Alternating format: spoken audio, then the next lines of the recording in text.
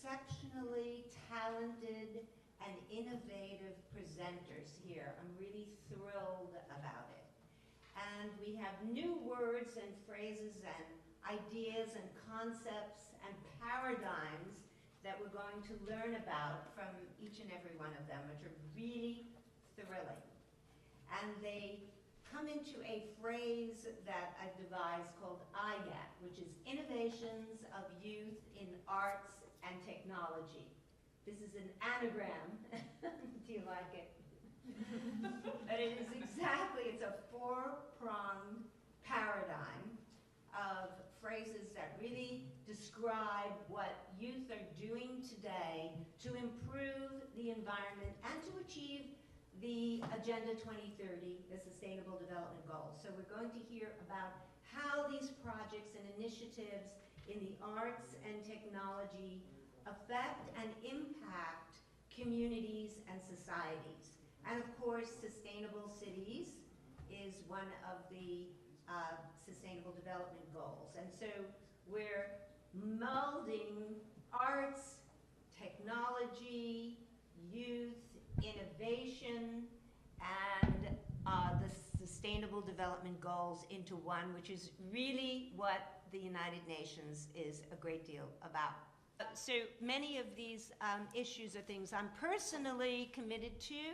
I've been here for over 16 years at the United Nations, was here during the negotiations for the Sustainable Development Goals, very involved with Ambassador Otto from Palau about ensuring that mental health and well-being is included in the agenda for the first time, something I'm extremely delighted about. And so we will be hearing about the ways that youth innovation in arts and technology impact, as I said, the sustainable cities, the environment, and also Goal 3 with regard to mental health, because we do have presenters who are merging these tools, technology tools, into seeing that we protect the mental health of our 1.8 billion youth that we have in the world. So you're going to hear many of these different examples, and I'm delighted to introduce my friend Ruxanda Renita, who is one of these brilliant young people with innovation and does bring together the use of art and technology in the environment and communities. Welcome. Thank you, Dr. Judith. But I think before I jump into the presentation, I'd like to give the floor to Seneca to speak more about the youth. Yes. Right. Okay. Back up a second. And actually, I should say, my name is Dr. Judy Curry-Anstey, and I've worked with the UN Major Group for Children and Youth for years. We've done many events over the world, in Mexico during the Global Conference for Disaster Risk Reduction, and in Sendai before that.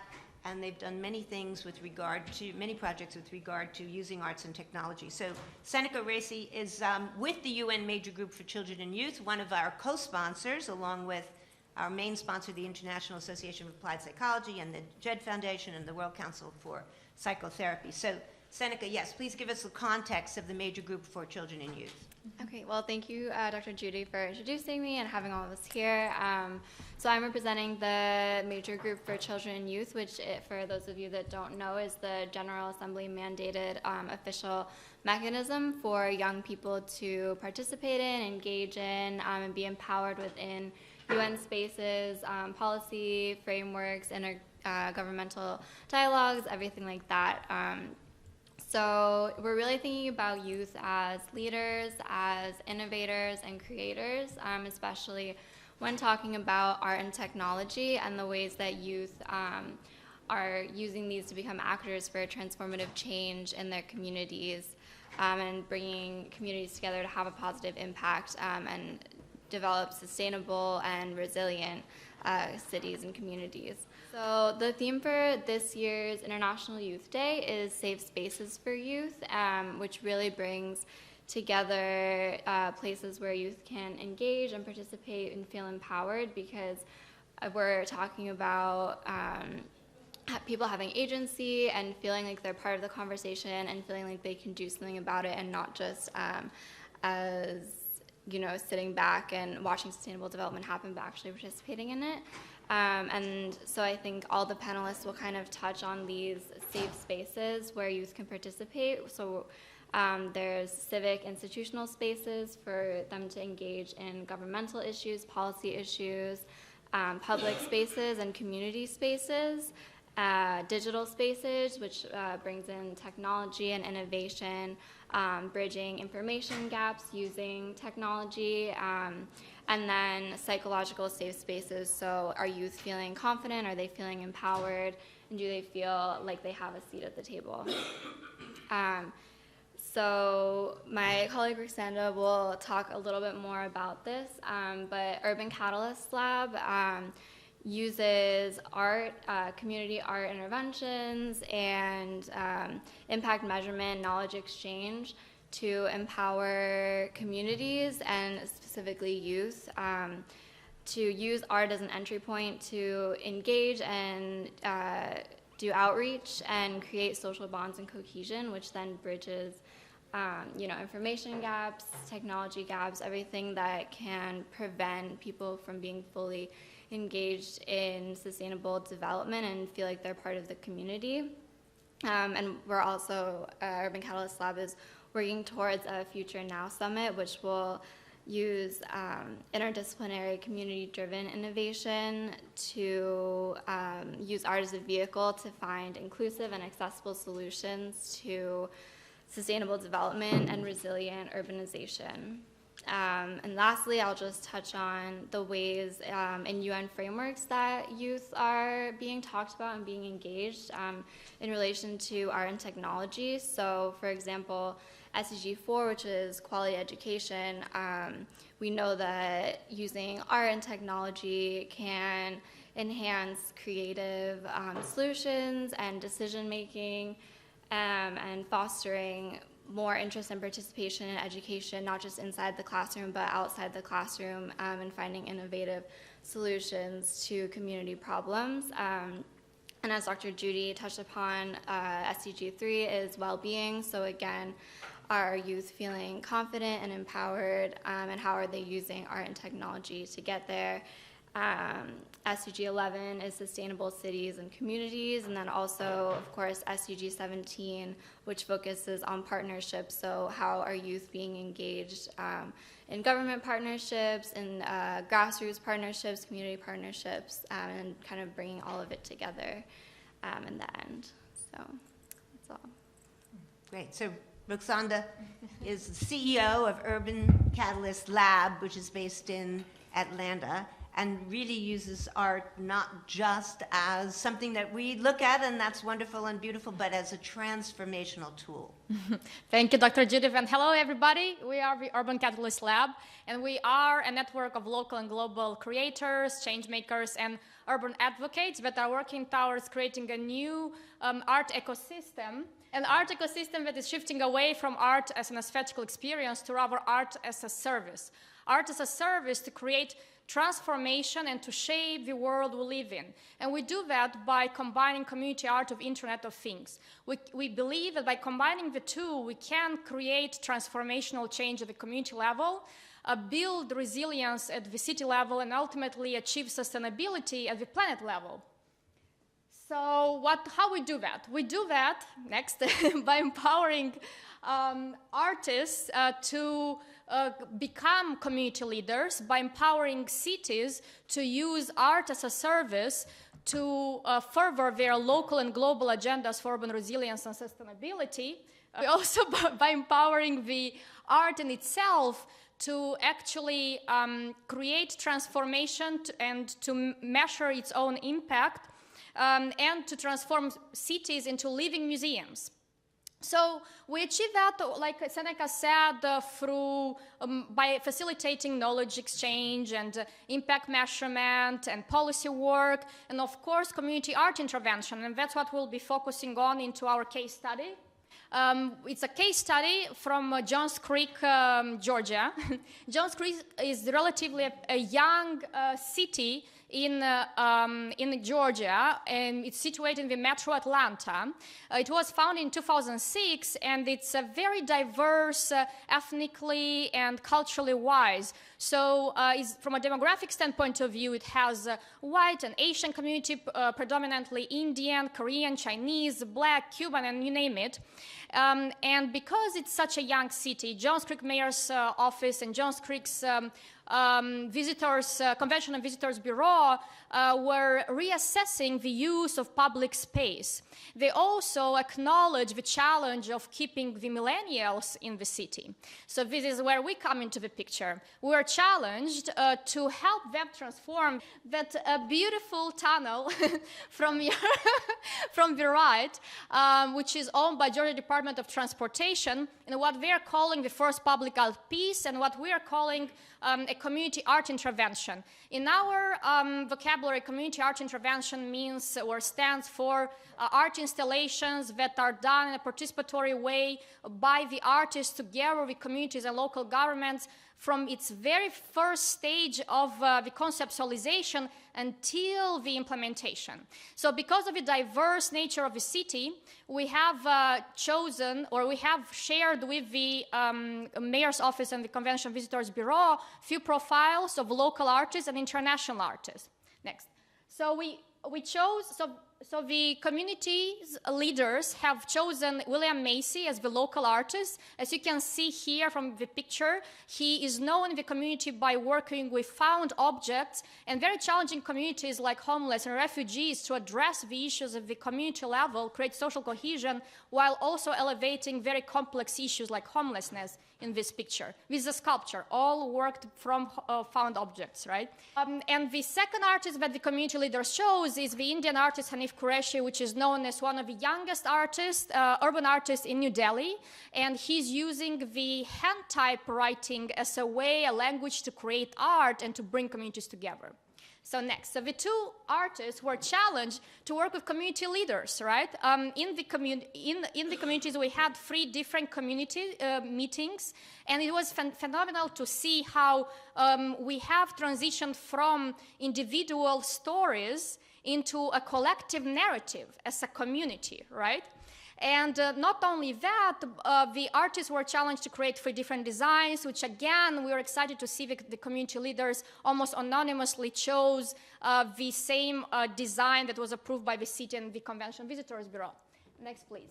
And so you can see the transition from the tunnel that was just a piece of property to a placemaking space that not only achieved the social cohesion between generations, but also between the cultures. And like the mayor of the city of Johns Creek mentioned, this also furthered his agenda and reinstated his idea of creating an art park for the city.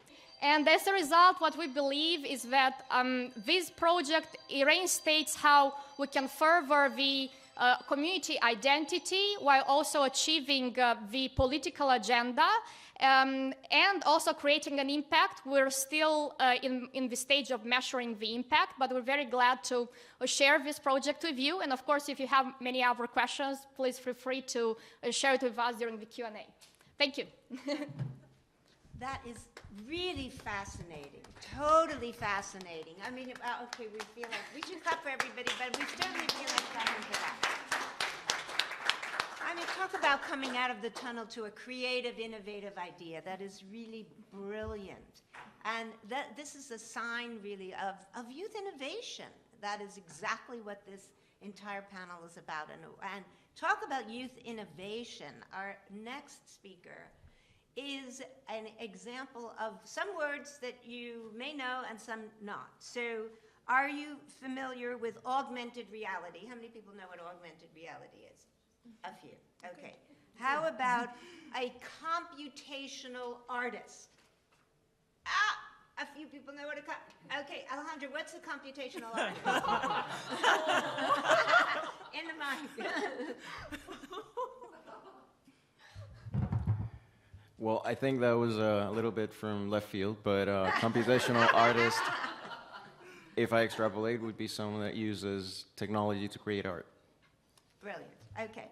That is so, it's a fascinating thing, and And our next speaker, Lady Phoenix, is known as one of the premier computational artists that mixes creativity with art in a very unique way. I actually was just in San Francisco, and her work is in the Museum of the Africa Diaspora in San Francisco. So, but you don't have to go to San Francisco. You can go to her website and see this brilliant stuff at yesuniverse.art and on Instagram too. By the way, she will be in Brooklyn this weekend, and then after, so you can see her at an event in Brooklyn she'll describe, and then also in Berlin. So you've got San Francisco, you go to Brooklyn, then you go to Berlin.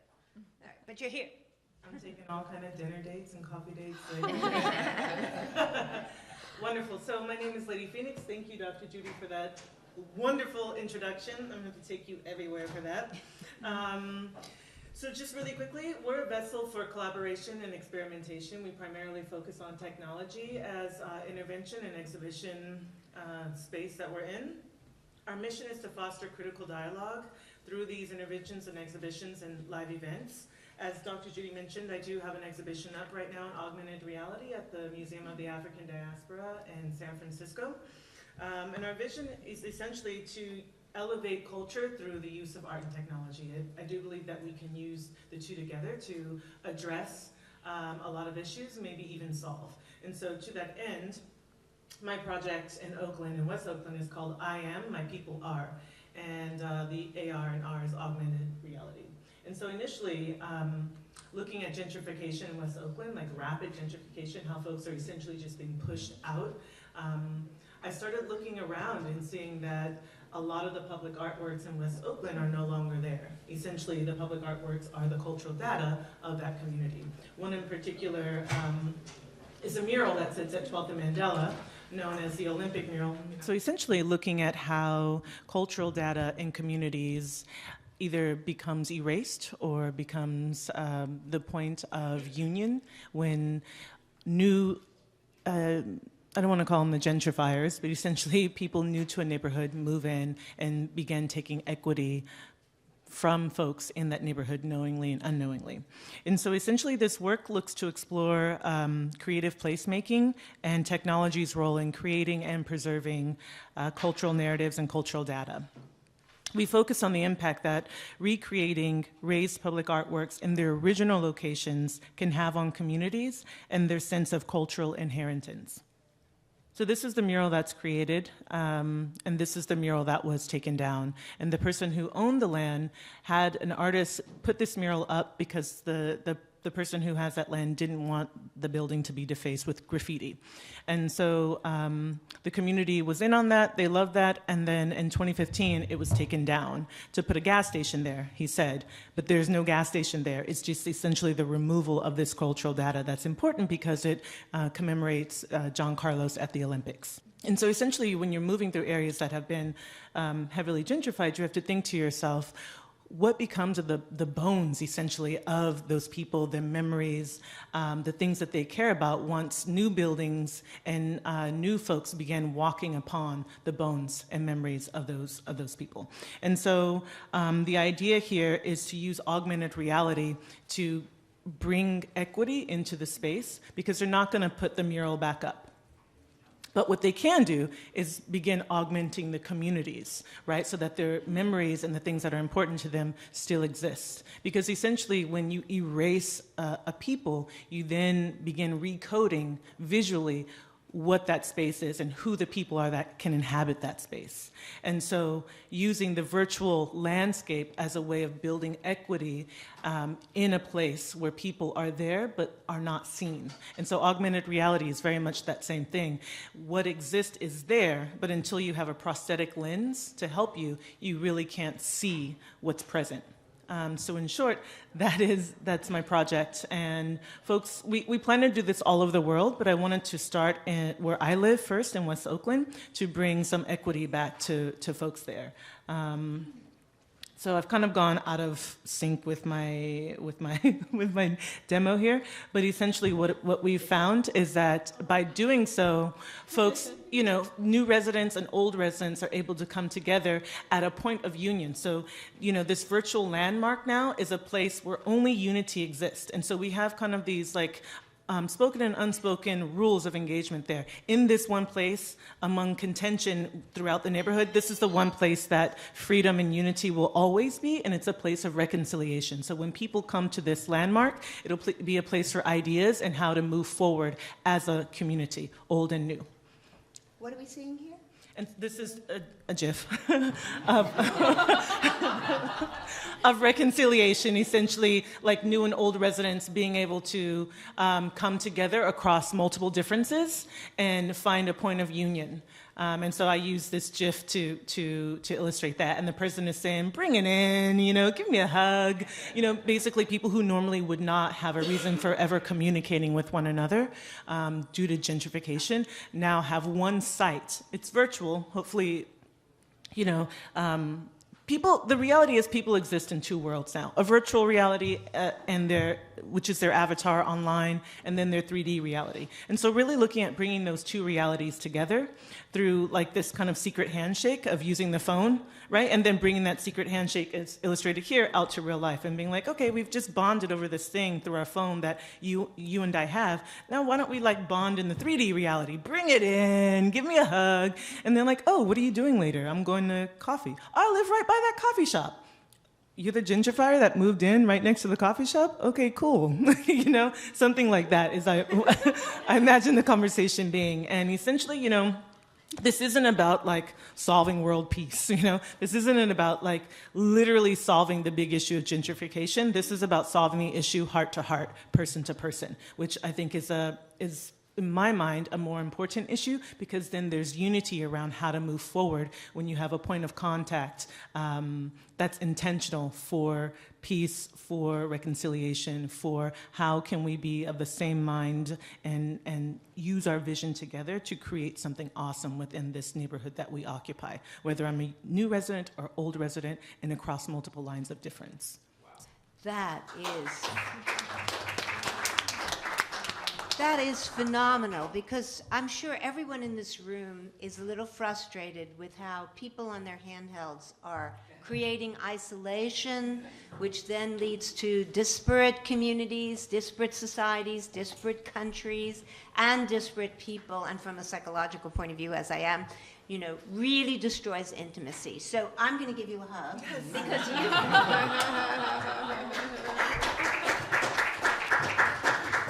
because that's what your project is about. Yes. So if everyone can turn to their neighbor Yes. and just give either a handshake or a hug. Hugs are preferable. Just reach out and touch your neighbor. No, you have a neighbor. Yeah, everyone has, yes. This is what it's about. Yeah, exactly. This is what it's about.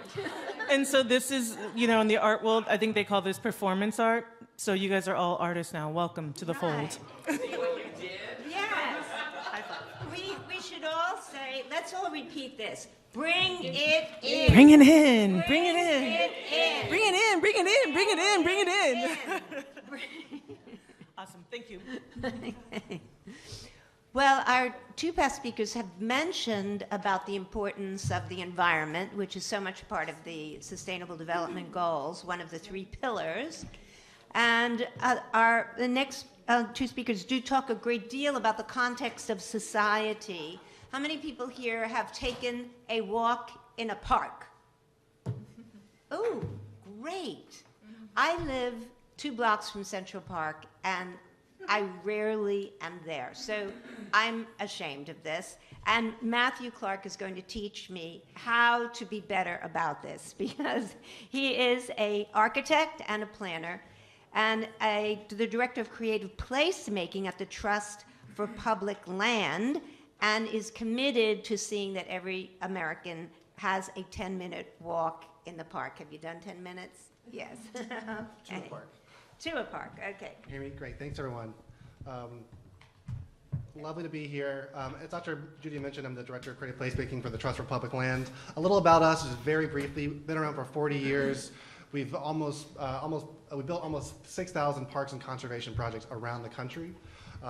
We've helped conserve over $60 billion in conservation financing and create over 340 land trusts.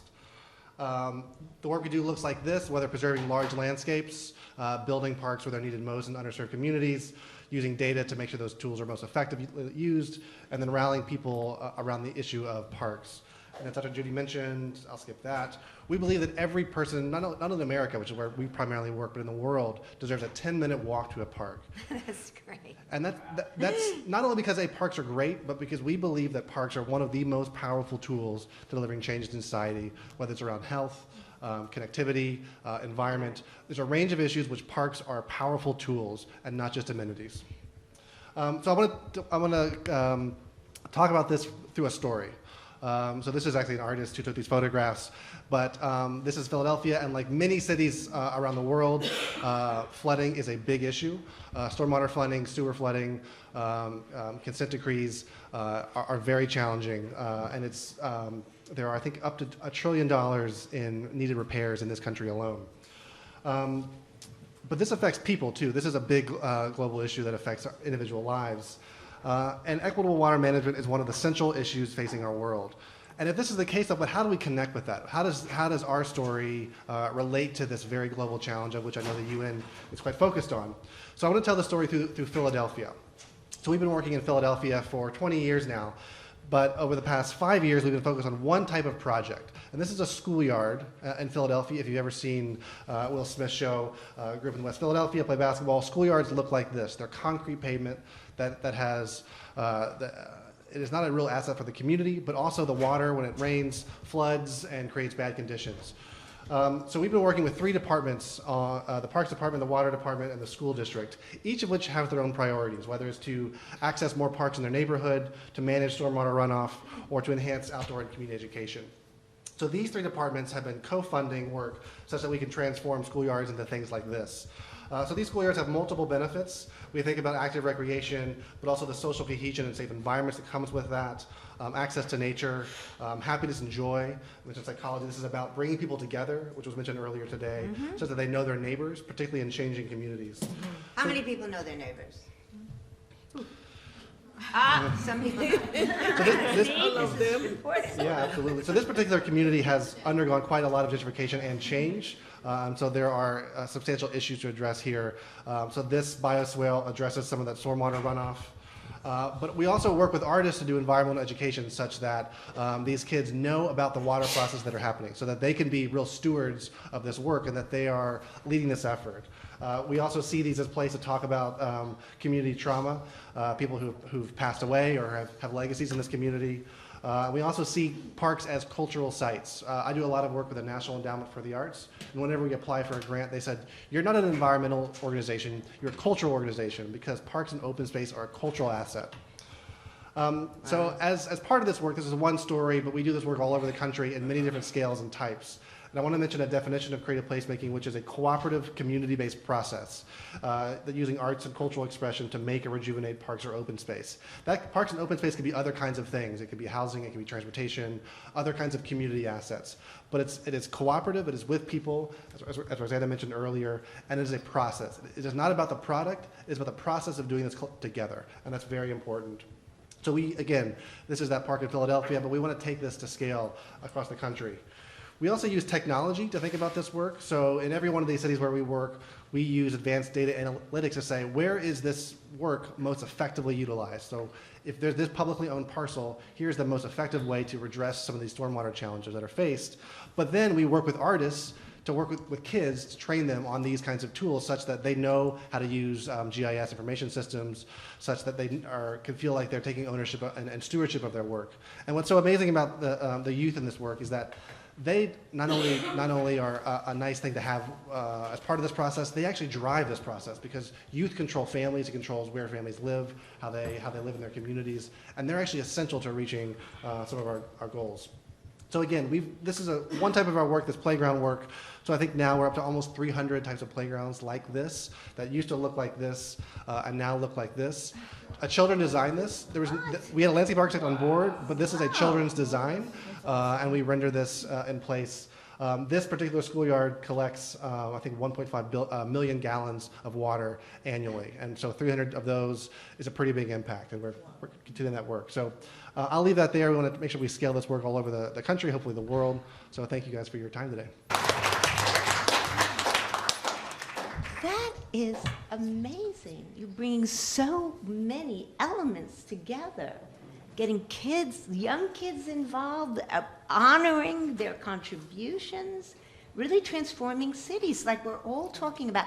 I'm just so, I mean, do you all feel this way? I'm just awed by what is being presented here, by the innovation, but this IAD I talked about, innovation that youth are doing, employing arts and technology for the betterment of the community and societies. I'm totally blown away and transformed. I have to take a 10-minute walk now, really. This is beyond, my life is being transformed here by everything that everybody is saying. At the UN, we're very concerned every year after the Sustainable Development Goals has been adopted, to have the member states do their national voluntary reviews, their VNRs. And in one of the VNRs often talk about the importance of bringing stakeholders together and having the UN system integrated with civil society and with very many other elements in the society. And certainly that's something that Wataru Kawasaki is going to address today in terms of the work that he does with regard to the World Urban Forum that's conveyed by the UN Habitat, which is an agency here at the UN. Also addressing another issue that was just talked about at the VNRs, which has to do with water preservation. So this is very timely for you to be speaking about this. So I was going to talking about the what's going on in the developing countries and also on the ground, because I'm coming from the United Nations Human Settlements Program, the UN Habitat. Our agency is looking at the urbanization, urban issues, sustainable urban development. And then globally, we have several projects in different countries, but also I was also working in the country office, and especially in Afghanistan. I was there in about 7 years. So I want to bring that experience and then also the project, what's going on in the country level, and not only the global level. Of course, we have a SDG, the SDGs, and also the UN Habitat has brought the new urban agenda that is actually the good tools to achieve the SDG 11, especially in the SDGs. But that's a global agenda, but also I like to showcase you about the what's going on the ground. So I like to show you some reality and then the photos that I took when I was there. This is the Kabul city in Afghanistan. This is the Kabul River. Well, there's no water, but with the people. So population is always the problem, and it's urbanized city. And this is the Kabul, and almost 70% of population in Kabul is informal settlements. Some sanitation, water sanitation and basic services problem, and also still there's a disparity from the legacy. And also I like to focus on the youth and the issues of the youth problems. So the youth is actually the key component of this population of Afghanistan, and not only in Afghanistan but also other countries. So one of the issue for the youth is 60% of the population of Afghanistan is under the age of 16, and then 7.4 million people are out of the jobs or the precarious form of the employment. So if the youth doesn't have a job or employment, then there's only one choice that they can join, that's the informal sector. So in that kind of the conflict zone, conflict countries, so the informal sector is kind of the joining the terrorist. So to avoid that, to prevent that kind of the activity and joining to the informal sector, we try to increase the level of the employment and the job creation in that country for the youth. So UN Habitat, or in collaboration with the other UN agencies, stakeholders in Afghanistan, we've been actually collaborating to implement the projects for the youth through the skills development the project. And also, we are trying to mobilize the communities to come up with their own proposals that they can change in their community.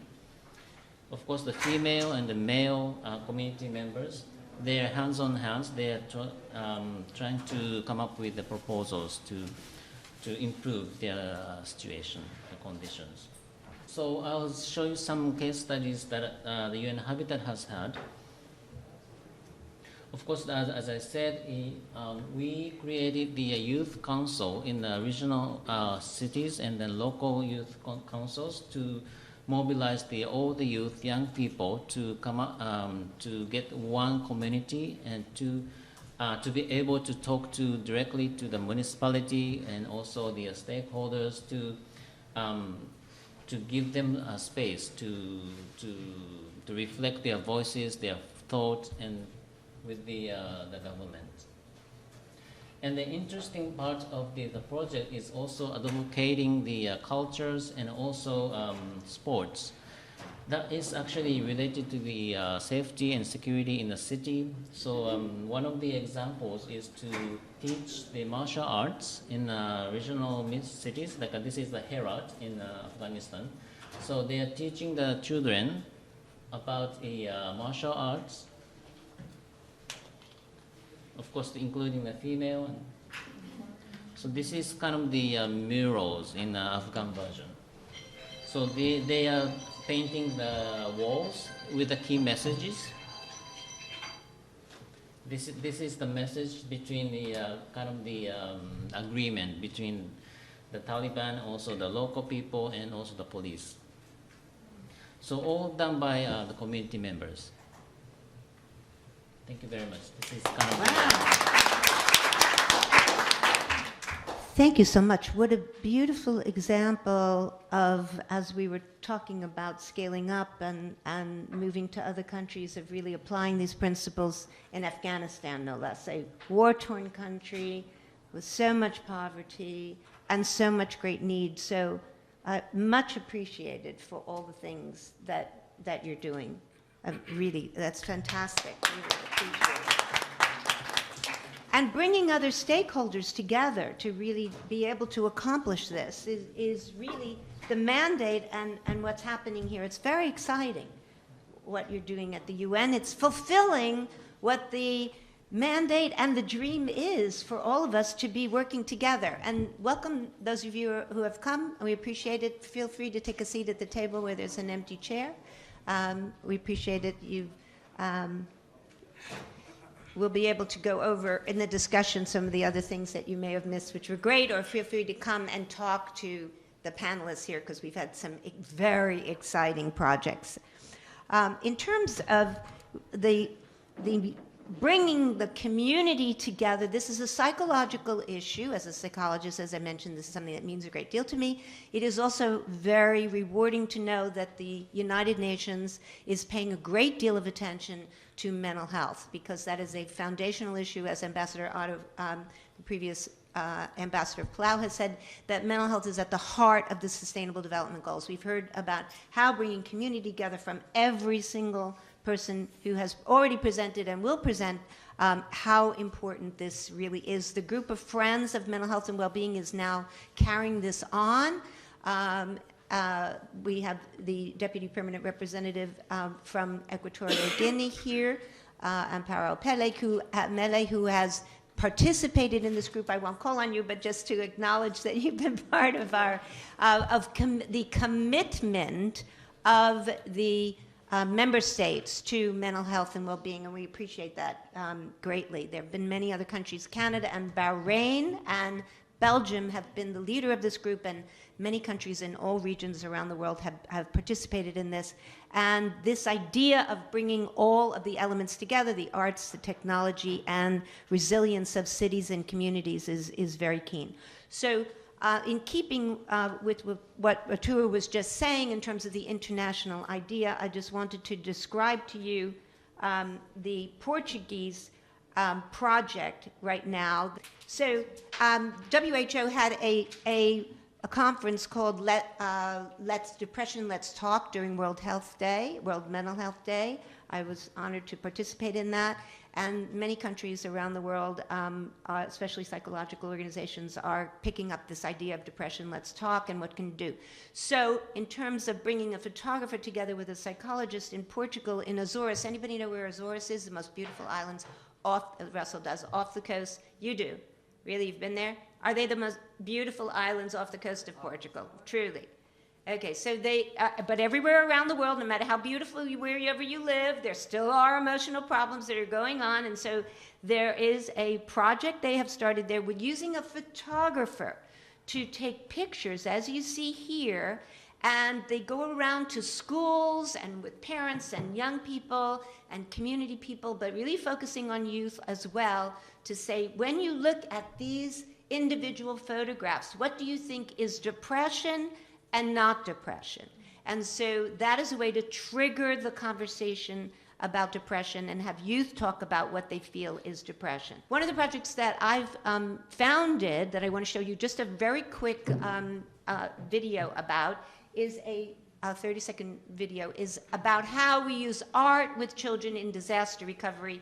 This is something I've worked with the major group for children and youth about at the conferences in Sendai and Cancun. And basically what we do, and Russell has been part of this too, he's part of the music part. We haven't discussed music here, but that is an art. And Russell here and I write songs that get integrated into the projects for youth. And that really brings another element into the arts and innovative projects. And so can you sing something in Creole, for example? This is for kids who have experienced the earthquake in Haiti, and we sing them a song that is about hope and and resilience, because everybody here is talking about resilience of communities. So Russell can speak very well in other languages, and we write them in the indigenous language.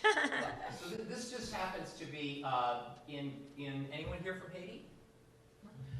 In Creole, they say bon bon bon, which means God is good, and we sang we're like reeds in the wind, we bend but we don't break. Nous c'est tant coureux nan ban, nous plier, nous pas casser. Nous c'est tant coureux nan ban, nous plier, nous pas casser. Bon bon bon. Anyway, that's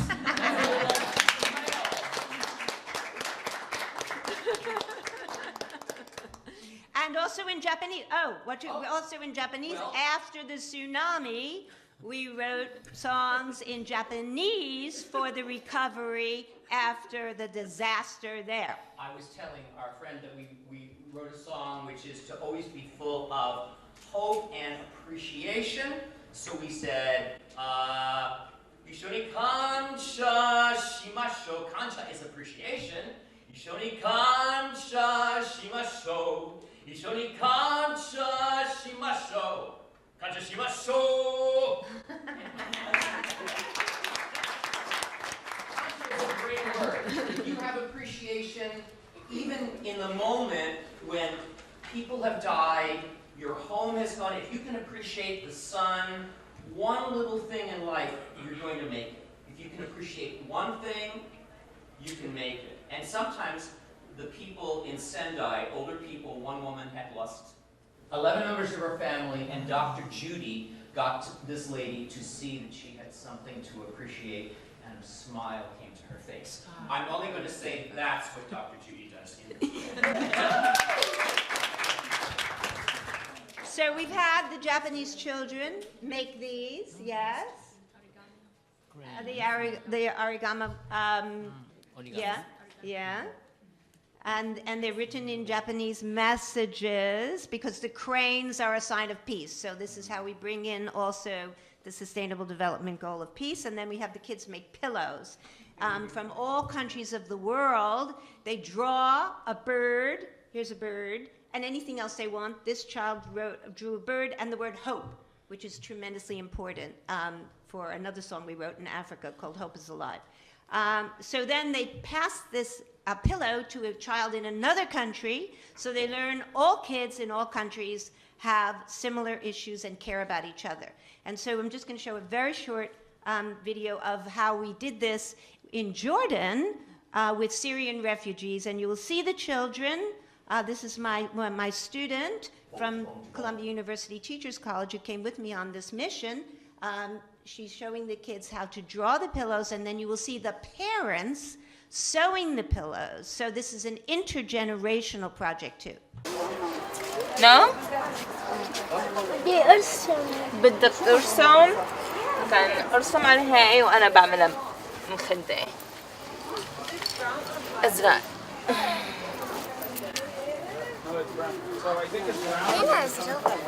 بدك كمان انت ازرق تحية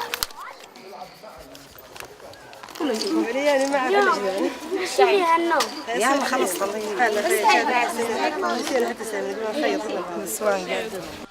Hawla, thank you Hawla for helping so much with this, can say what they're talking about.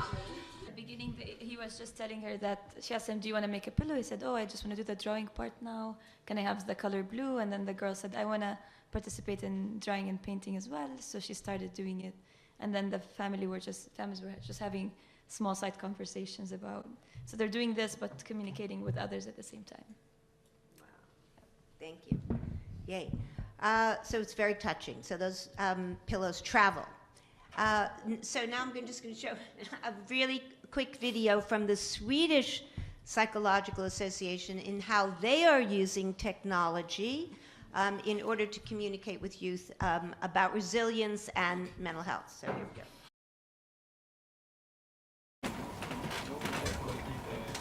The Psychology Guide for Young People is a community school project that is launched by the Swedish Psychological Association together with teachers and students organization. The purpose of the guide is to provide knowledge, possibilities to learn more, and methods for both teachers, parents, and young people. We see that children and young adults are more and more affected by psychological illness and stress-related issues. Early and preventive actions are fundamental to handle mental illness in society.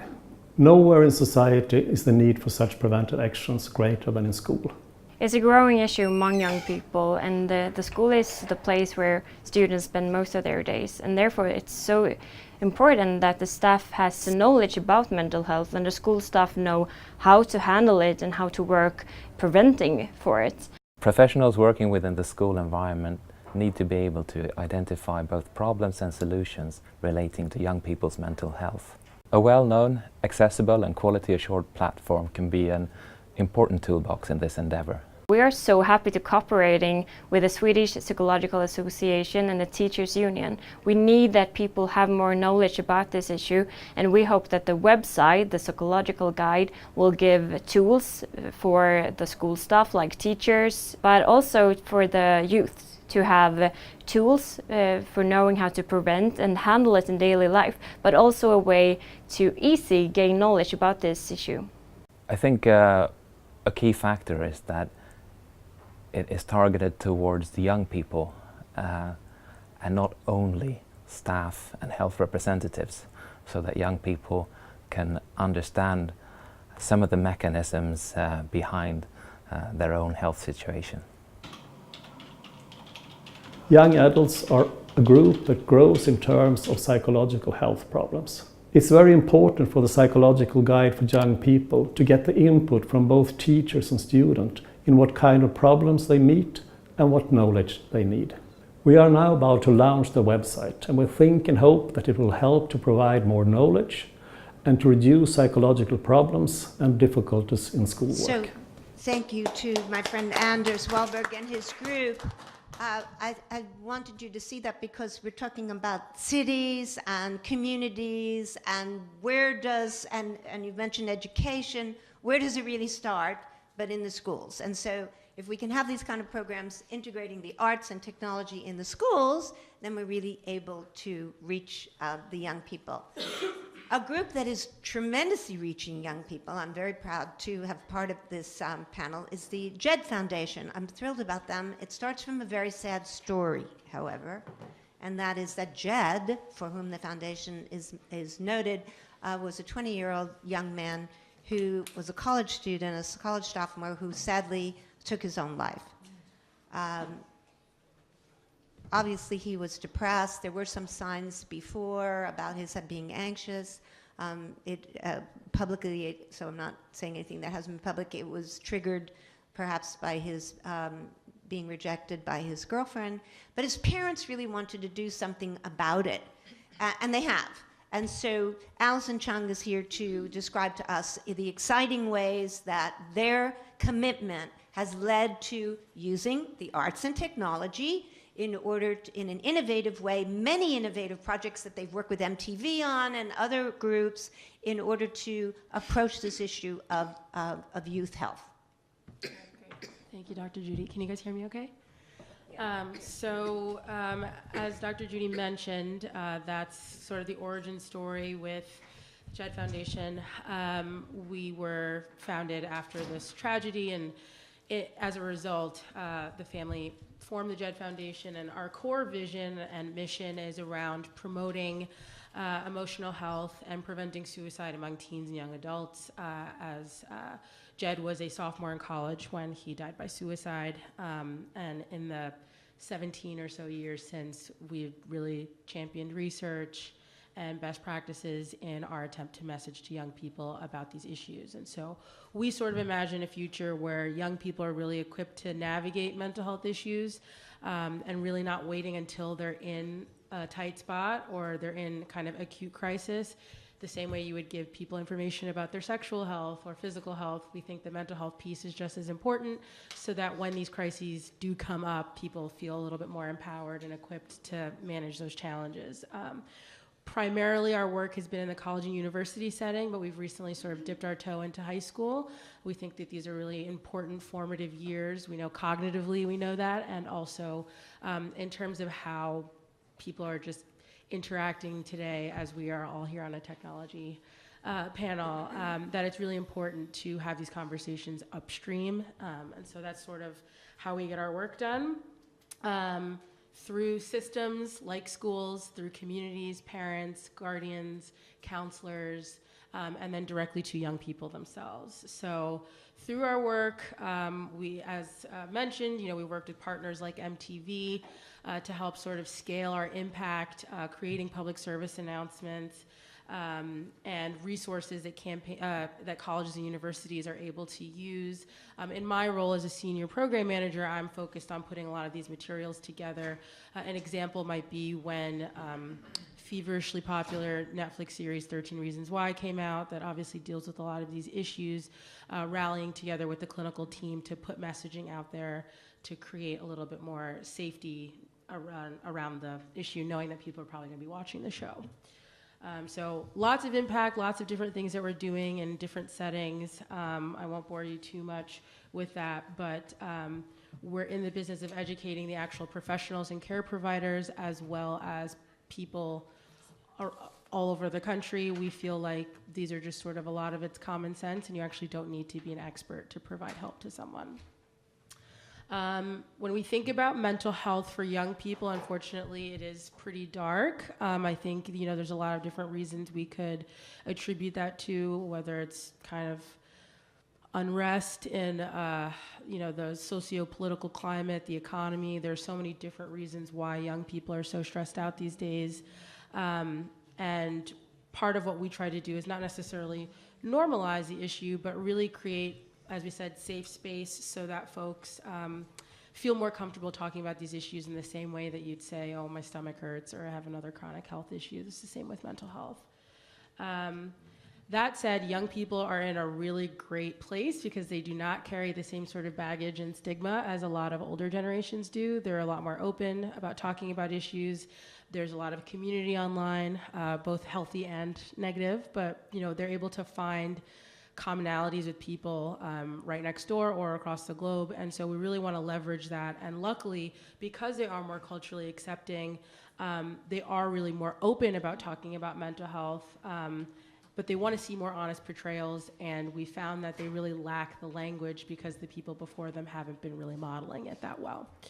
So through, in terms of these things that we know, we do these youth-facing campaigns. This is just sort of a smattering of them. A couple of these are in partnership with MTV. Some of them are just video projects we've done alone.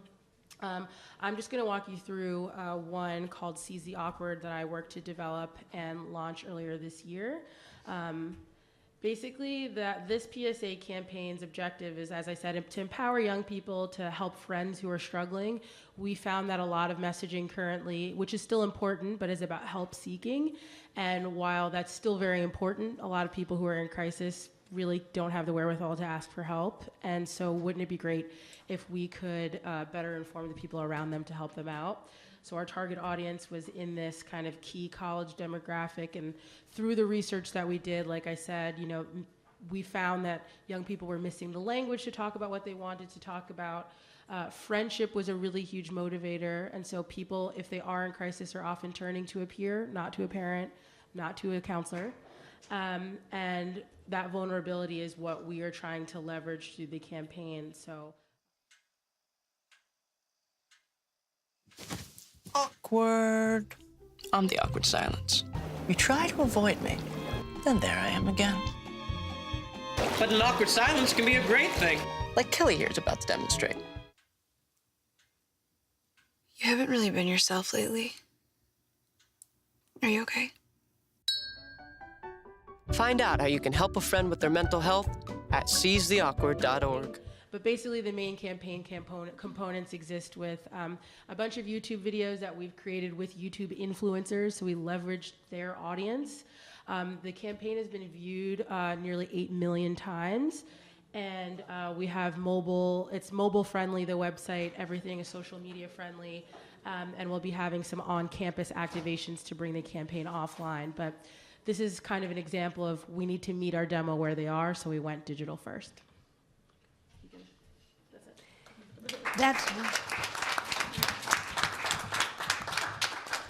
it's very exciting because of all the innovation, really, and the partnerships that you've been doing with different groups in order to get this message out. So thank you so much. And Victor Schwartz, who's a psychiatrist and heads that, is been very innovative as well with his team in creating these different projects. So hats off to you.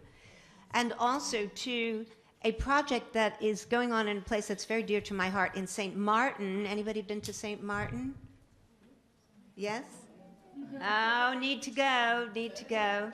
Right, half Dutch, half French as an island. I was recently there, and there before the devastating hurricanes that took place. We're all aware of those horrific hurricanes that devastated the islands. Dominica and Antigua and Barbuda were really devastated. St. Martin, fortunately, there weren't deaths, but there was a lot of destruction. As a result, I'm very honored that Nicole DeWeaver, who's going to speak next, and Russell and I are going to go there to St. Martin to do a resilience workshop that I did before the tragedies happened. But meanwhile, all this time, Nicole DeWeaver has been doing a project using arts to really build resilience for the young people on this incredibly beautiful island. And she will describe exactly how that works with her assistant and the person who works with her, Alison Daher. So thank you, both of you, for being here. Good afternoon, everyone. My name is Nicole Chantal DeWeaver. It's an honor to be here today. I'm here on behalf of Art Saves Lives Foundation and the country of St. Martin. I'd like to thank Dr. Judy Kuransky for allowing me to be here and have a platform to be heard. My organization, Art Saves Lives, is a program. It's a cross-cultural exchange between youth in need and experienced practicing artists that use their talents for positive change. The collaborative project selects renowned artists from around the world and with their art introduce participants to global and local traditions with empowering them with the life skills necessary to effectively deal with the demands and challenges of everyday life. I started Art Saves Lives in 2013 because unfortunately growing up on a small island, I felt like I had to educate my public how to value art and culture. For some reason, I don't understand why, we're so creative, raw talent, but we have a lack of value. So I felt with my platform it was crucial and necessary to reinforce how culture, art has great property, healing properties, and is powerful. I also, with my organization, target youth that come from communities that are underserved, at-risk youth. With the collaboration of other organizations, we seek out young people that are exceptional, and we nurture them and encourage them to make sure that with their art, they're saying something that is positive, that with their art, they're saying something that is going to move the culture forward and the society forward. With the organization, we use art as a bridge to educate, empower, and enhance their imagination. We also provide guidance for young people that have the aspirations to go abroad and study and pursue professional careers in the arts as well. With that being said, at the foundation and the core of the organization, mindfulness is crucial. Mindfulness, with those classes, we teach young people the power of their thoughts through mind, body, and spirit awareness within classes such as yoga, Pilates, meditation, and various dance forms, drumming, painting on canvas. We also have ceramics and sculpting. We also have a great partnership with our local Chamber of Commerce, where we teach young creative people that it's not about being the artist that struggles, but it's important that they have a sense of business, a sense of financial literacy, which we don't encourage. And because people are unaware that art can make money, we need to educate our young people that they can be hopeful and they can sustain a career in the arts. So it's very important that we also teach them financial literacy, and this is what we do with our program. Right now, I'm going to address the Hurricane Irma, which Dr. Kuransky spoke of. Unfortunately, we had a devastating hurricane in 2017. We're a little bit of 3 weeks shy of a year mark, and my country is still devastated by the storm. We're still in recovery mode, and it's probably going to take years for us to be rebuilt. But one thing we did not address is the psychological health and well-being of the people, which we're trying to tackle now. For this program, what we did is we used social media as an important tool in talking about art and technology. Social media was so important for us as an organization because with our network from abroad, from the outside, we were able to tap into those people that cared about our mission, about the people, about the country, and ask them to give of their time, of their energy, and also of their care by going onto the registry and purchasing foods and essential items that people needed on ground. And with the organization, we were able to pack 1,000 eco-friendly bags and reach our community and give to those that did not have. Wow. With social media being a powerful tool to mobilize this. Wow. After the hurricane, we realized we also, as I said before, had to tackle the mental well-being of young people and their parents. Could you imagine? 80% of our country was completely devastated. 80% of the country, people lost their jobs and homes, and we're still in the same position, at the humble mercy of trying to get help and aid. Wow. Through being in collaboration with the National Institute of the Arts, we started a healing arts program where students were brought, or young people were brought to a facility where they were enriched with arts all day, every day, because can you imagine? There were no schools open. There were no schools. Parents were out of work, and we needed to make sure we had these kids channeling their energy in the right creative place. So we created a healing arts program where parents could literally drop off their kids for hours of the day and they can immerse themselves in art all day. And then we included the parents. We made classes for the parents to partake. So it was not only about the youth, but it was about the community. With that being said, we extended into a summer program that is called We Are Resilient People, where 16 American artists came and they volunteered their time, from Broadway producers to Broadway singers and actors. They came and they gave up their time and service, and they taught the kids for the whole summer. They had classes from 7 to 7 at night, 7 to 7 in the morning to 7 at night, enriched with all kinds of visual and performing arts. So we call that We Are Resilient People. In those art classes, we address the trauma.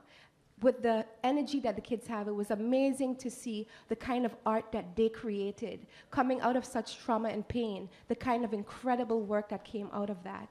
And we used that platform for the kids to have art therapy in a sense through the programming. I know right now you're seeing an image of Google, but every year we host 15 to 20 kids. We select them, the most exceptional ones, and they come to New York City for the past 6 years to explore and go and take classes in some of the most renowned institutions, ranging from the Alvin Ailey Dance Studios, Broadway Dance, the Susan Batson School of Acting, as well as they take seminars at Google, where they learn how to use social media positively, where they are allowed to think outside the box about how art and technology coexist and that they exist together. And as the young lady said here from the JED Foundation, you have to teach young people as well, with technology advancing, it's a tool that can also be dangerous. So teaching them how to use technology and social media in a constructive way to make change and to bring awareness and consciousness. Thank you so much, Dr. Kurensky, for allowing me to be here and having a voice. That is really inspiring, as is everybody. You know, there's an elephant in the room, and does anybody know what it is? I'll tell you, it's the FFD. What's the FFD? Yes, financing for development. So behind all of this, I'm thinking, wow, these are amazing, amazing projects. How do we pay for them? This is a very big issue that needs to be, we don't have the answer to this yet because it's being discussed by the member states all the time now about all these wonderful programs that are being done, about the fact that Nicole does this project on a shoestring. What about all these things that she's put together? Think about it. The projects that are bringing the kids here and bringing the experts there. Who's paying for it? This is one of the issues that is valid for discussion and something that needs to be solved, for sure.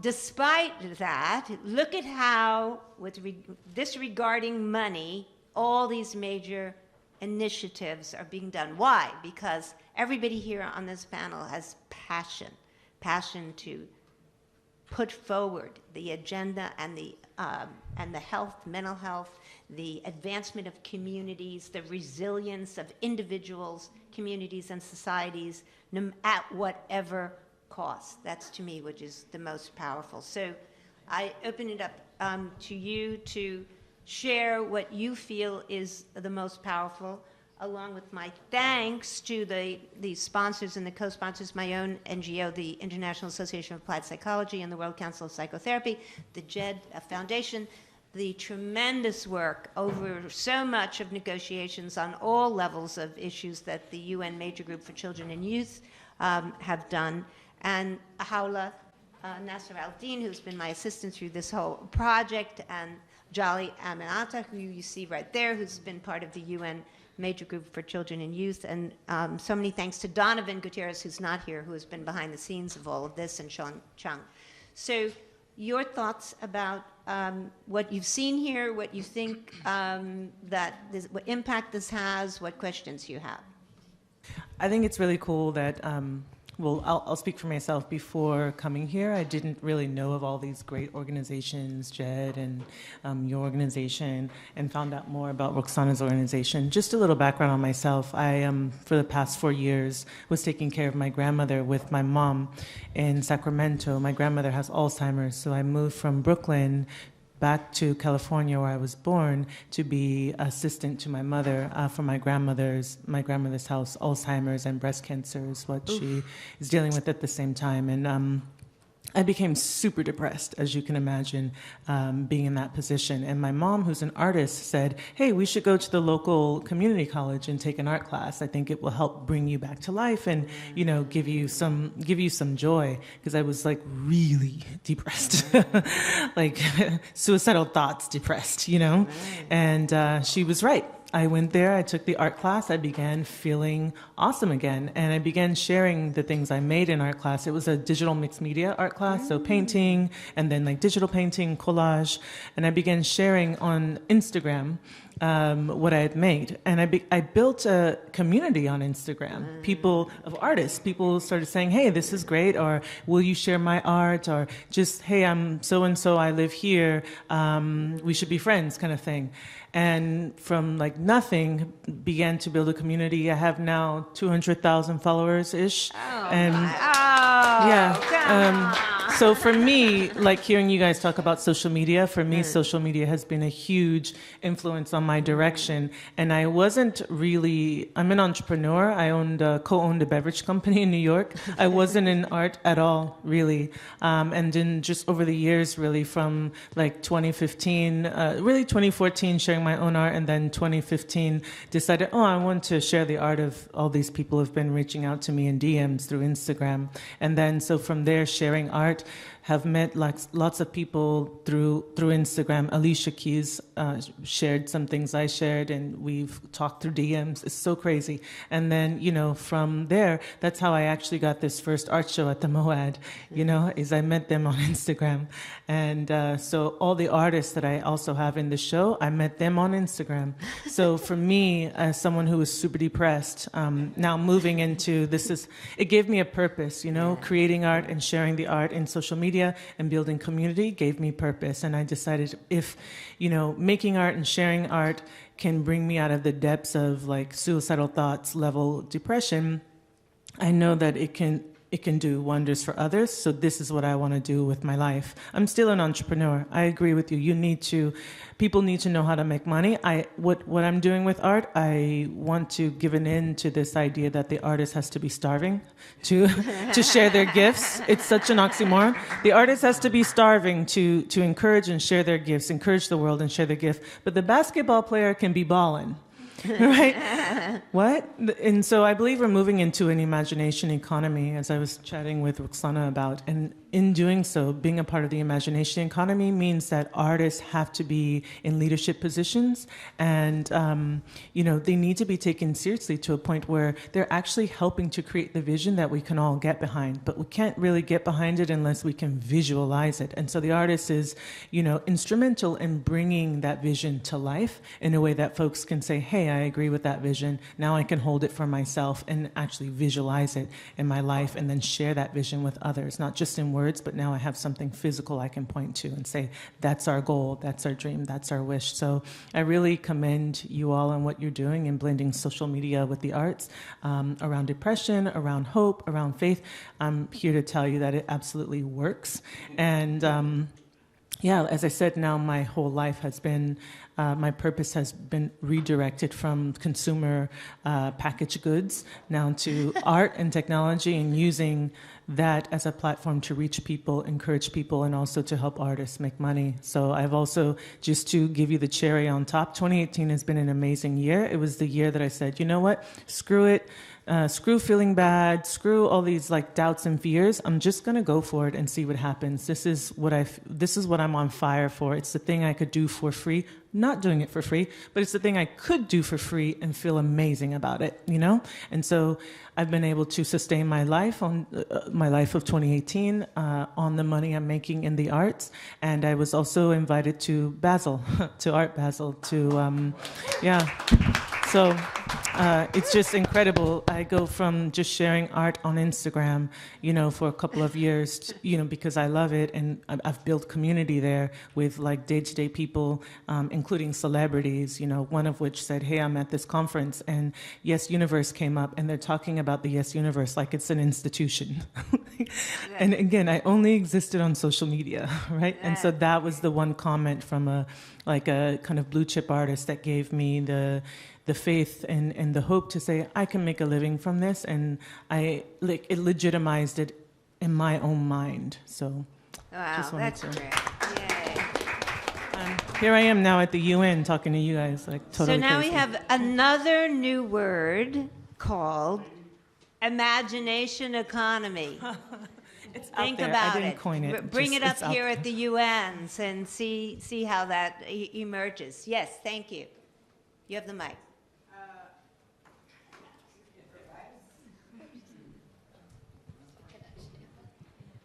I think I came in half time, but it's as if I was here the whole time.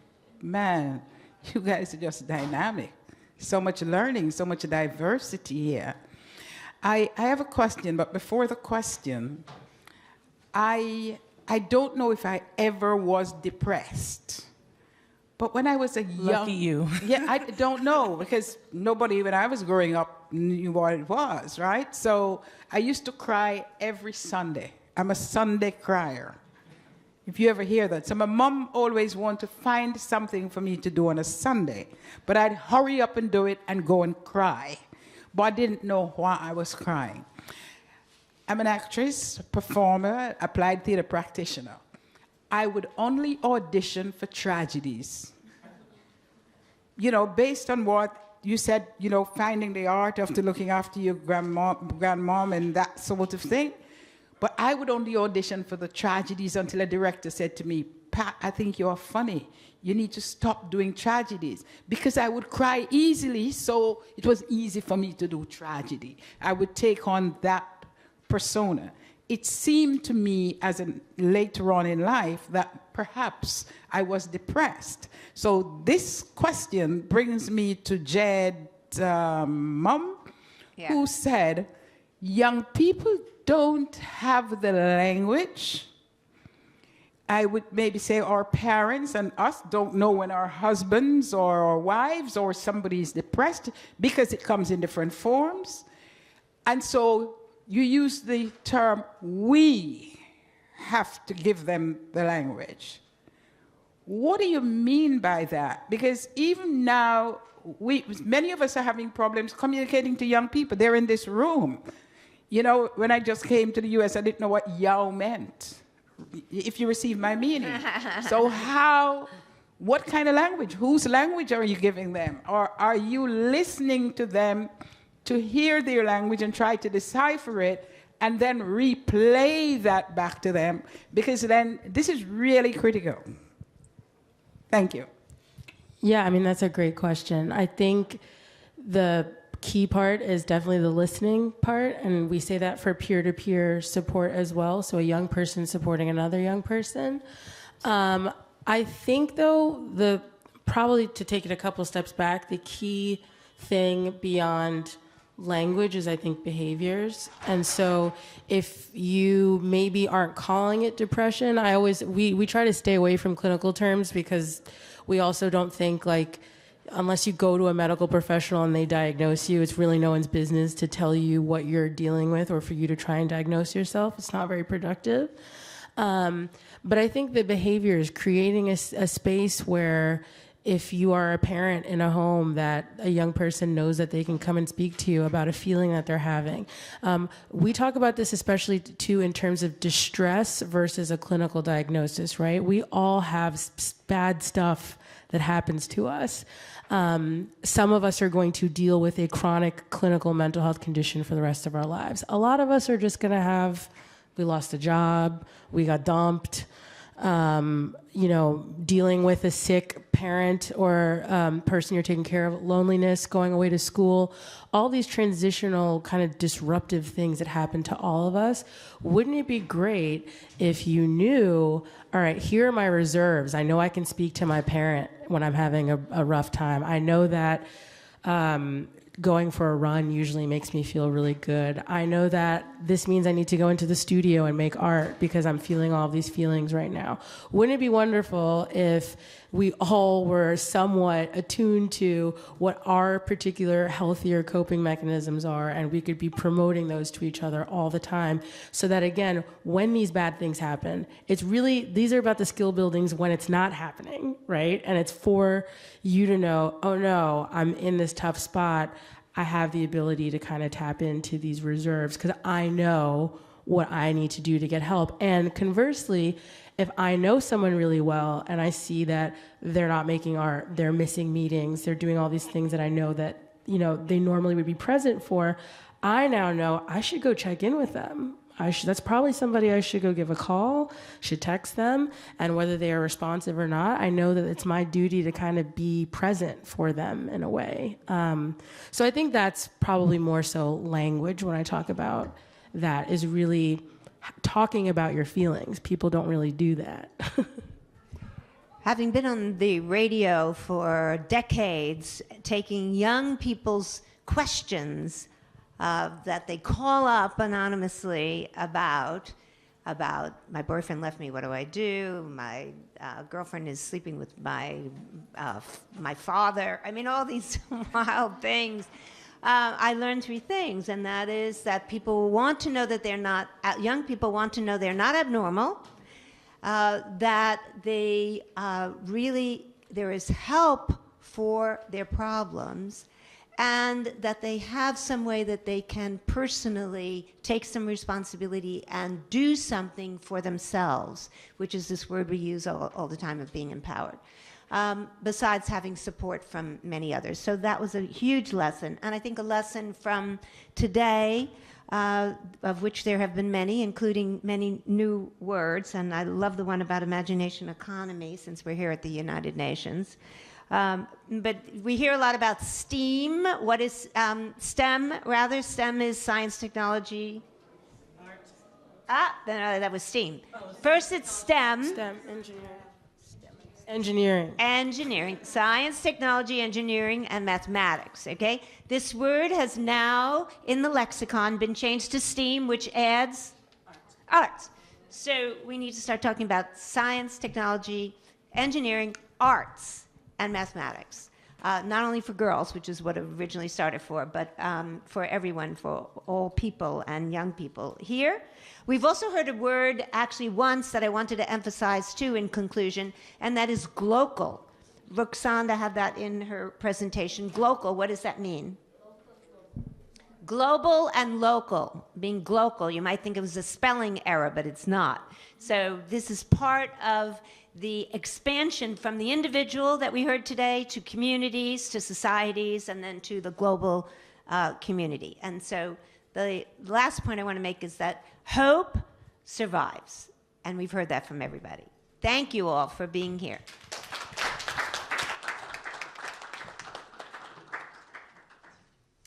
Yay. So let's take some photos of the photo of the presenters.